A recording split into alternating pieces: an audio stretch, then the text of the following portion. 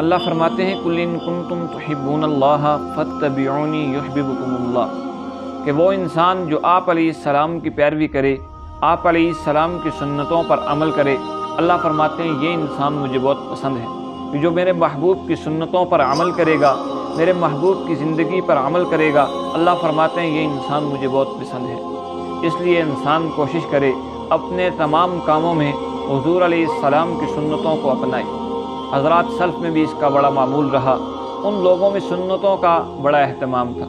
مسند احمد کی روایت ہے، ایک صحابی ہیں حضرت خریم اسدی رضی اللہ تعالیٰ عنہ، جب یہ آپ علیہ السلام کے پاس آئے، ایمان لایا، ایک موقع پر یہ گزر رہے تھے، حضور علیہ السلام کی ان پر نگاہ پڑی، ان کے بال بہت بڑے تھے، کندھوں سے نیچے لٹک رہے تھے، ان کے پانچے ٹہنیوں سے نیچے تھے، تو آپ علیہ السلام نے ایک جملہ ارشاد فرمایا، نعم الرجل خریم لولا طول جمتہ، خریم بڑا بہترین انسان ہے، کاش اس کے بال اتنے لمبے نہ ہوتے اور اس کے پانچے ٹہنوں سے نیچے لٹک رہے نہ ہوتے۔ اب یہ بات اس صحابی کو پہنچی، اسی وقت گئے، اپنے جو زائد بال تھے سارے کانوں کی لو کے نیچے سے کٹوا دیے، اسی وقت گئے اور اپنی شلوار کے جو پانچے لٹک رہے تھے ان کو کاٹ دیا اور کہنے لگے جو چیز حضور کو پسند نہیں وہ ہمیں بھی پسند نہیں۔ تو یہ صحابہ کرام کی زندگی میں اتباع تھی، اس موقع پر حضور سے جو سنتے تھے اپنی زندگی میں لے کر آتے تھے۔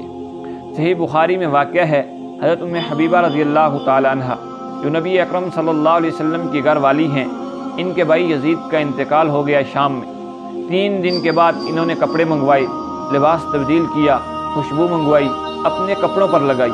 تو کسی نے پوچھا آپ کے بھائی کا انتقال ہوا ہے؟ فرمایا صدمہ مجھے اپنے بھائی کا ہے، لیکن آپ علیہ السلام نے فرمایا ہے غم کا اظہار 3 دن تک ہونا چاہیے، سوائے یہ کہ شوہر کا انتقال ہو جائے تو بیوی 4 ماہ 10 دن سوگ کر سکتی ہے، اس کے علاوہ 3 دن تک سوگ ہونا چاہیے۔ تو 3 دن میرے بھائی کے انتقال کو ہو گئے، مجھے خوشبو کی ضرورت نہیں تھی، مجھے اس لباس پہننے کی حاجت نہیں تھی، صرف اس لیے پہنا کہ آپ علیہ السلام کے اس فرمان پر عمل ہو جائے کہ سوگ کی حالت میری تبدیل ہو جائے، اس حدیث پاک پر عمل ہو جائے۔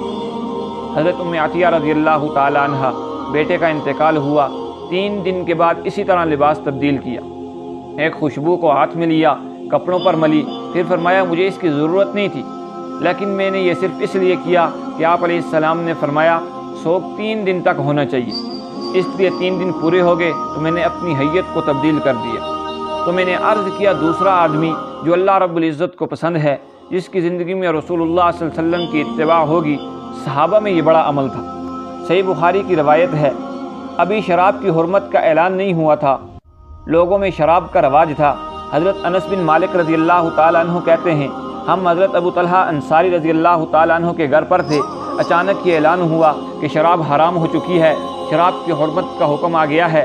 حضرت انس بن مالک رضی اللہ تعالیٰ عنہ فرماتے ہیں حضرت ابو طلحہ انصاری رضی اللہ تعالیٰ عنہ نے فرمایا جتنی شراب ہے سب کو بہا دیا جائے، جس کے پاس شراب تھی سب نے شراب کو بہا دی، مٹکے توڑ دیے، کہا گلیوں میں شراب یوں بہہ رہی تھی جیسے پانی بہہ رہا ہو۔ آج اگر میرے اور آپ کی طرح کوئی ہوتا تو کہتا شراب بیچ دو، چلو کسی یہودی کو ہی بیچ دیتے ہیں، کسی عیسائی کو ہی بیچ دیتے ہیں، کچھ تو پیسے مل جائیں گے، اگرچہ منع نہیں، لیکن ان لوگوں میں اتباع کیسی تھی، جو فرمان نبی علیہ السلام کا سنتے فوراً عمل کرتے۔ صحابہ کرام میں چوں چرا نہیں تھی، کیوں کریں، کیا فائدہ ہے، اس میں حکمت کیا ہے، نہیں، وہ دیکھتے تھے آپ علیہ السلام نے فرما دیا، اب وہ اپنی زندگی میں اس کو لے آتے تھے۔ اسی وجہ سے اللہ نے ان کو ایک مقام دیا۔ ہم تلاش کرتے رہتے ہیں اس کی حکمتیں کیا ہیں، اس کے سائنسی فوائد کیا ہیں، آج کے دور کا کیا فائدہ ہے۔ اور بھائی ہم نے اللہ اور رسول پر ایمان لایا ہے، جب اللہ اور اللہ کا رسول فرما رہے ہیں پھر ہمیں حکمت سمجھ آئے نہ آئے، فائدہ سمجھ آئے نہ آئے، ہماری عقل ناقص، ہمارا علم ناقص، ہماری سوچ ناقص، ہمارا تجربہ ناقص، جب کائنات کے بنانے والے نے حکم دے دیا، جب نبی اکرم صلی اللہ علیہ وسلم نے حکم دے دیا، اب ہم نے عمل کرنا ہے۔ تو میں نے عرض کیا دوسرا انسان جو اللہ کو محبوب ہے، جس کی زندگی میں حضور علیہ السلام کی محبت اور اطاعت ہو۔ صحیح مسلم کی روایت ہے، آپ علیہ السلام نے ایک صحابی کے ہاتھ پر سونے کی انگوٹھی دیکھی، سونا پہننا مرد کے لیے جائز نہیں، تو آپ علیہ السلام نے اس کے ہاتھ سے وہ انگوٹھی نکالی، فرمایا تم دیکھتے نہیں ہو، تم نے ایک انگارے کو، جہنم کی آگ کو اپنے ہاتھ میں پہن رکھا ہے، یہ تو تمہارے لیے گویا جہنم کی آگ کا ذریعہ ہے کہ شریعت منع کر رہی ہے اور تم پہن رہے ہو۔ تو رسولullah صلی اللہ علیہ وسلم نے ان کی انگوٹھی نکال کر پھینک دی۔ آپ علیہ السلام چلے گئے۔ کسی نے اس صحابی سے کہا کہ حضور تو موجود نہیں ہے، ایسا کرو یہ انگوٹھی اٹھا لو، اپنی بیوی کو دے دینا، اپنی بچی کو دے دینا یا بیچ دینا، کسی کام آ جائے گی۔ تو اس صحابی کا جواب سنو، فرمایا جب اس کو حضور نے پھینکا ہے تو میں اس کو نہیں اٹھاؤں گا، جب آپ علیہ السلام نے میرے ہاتھ سے نکال کر پھینک دی تو اب میں اس کو نہیں اٹھاؤں گا۔ تو اس صحابی نے سونے کی انگوٹھی نہیں اٹھائی اور اٹھ کے چلے گئے۔ یہ ہے رسول اللہ صلی اللہ علیہ وسلم سے محبت، حکم سنا اور زندگی میں لے آئی۔ شریعت کی بہت ساری چیزوں سے ہم واقف ہیں، لیکن اطاعت و فرما برداری نہیں ہے۔ قرآن کریم کو محبت سے چومتے ضرور ہیں، بوسہ ضرور دیتے ہیں، لیکن جو قرآن 700 مرتبہ کہیں صراحتاً کہیں اشارتاً نماز کا حکم دیتا ہے اس میں سستی کرتے ہیں۔ جو قرآن کہتا ہے سود کھانا اتنا بڑا گناہ ہے جیسے خدا سے اعلان جنگ، اللہ کے رسول کے ساتھ اعلان جنگ، کتنے نادان ایسے ہیں جن کی زندگی سود خوری میں گزر رہی ہے۔ جو قرآن ہمیں کہہ رہا ہے لا تقربوا الزنا انہ کان فاحشہ، زنا کے قریب نہ جاؤ، بے حیائی کا کام ہے، کتنے نادان ایسے ہیں جن کی زندگی اس گناہ میں گزر رہی ہے۔ ہمیں قرآن سے محبت ہے لیکن قرآن کے حکم کو فالو کرنے کے لیے ہم تیار نہیں ہیں۔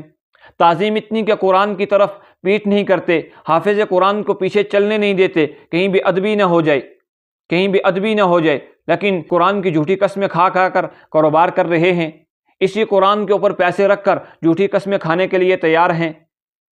جہاں اللہ اپنا حکم دے رہا ہے، جہاں اللہ اپنی وحدانیت کا حکم دے رہا ہے، وہاں والدین کی اطاعت کا حکم دے رہا ہے، ان باتوں پر عمل کرنے کے لیے ہمارے پاس وقت نہیں ہے۔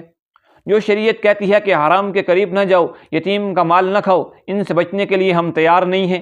معلومات سب کے پاس ہیں، علم عمل کی کمی ہے۔ صحابہ میں عمل تھا، جو بات سلف سنتے تھے اپنی زندگی میں لے کر آتے تھے۔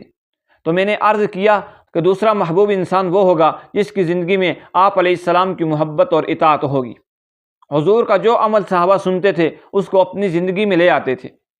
حضرت حذیفہ بن یمان رضی اللہ تعالیٰ عنہ، ایک دفعہ کسی نے ان کو چاندی کے برتن میں کھانا پیش کیا، چاندی کے برتن میں پانی دیا، انہوں نے پینے سے انکار کر دیا، چہرے پر ناگواری کے آثار آ گئے، غصہ ہو گئے۔ پوچھا گیا بھائی کیوں؟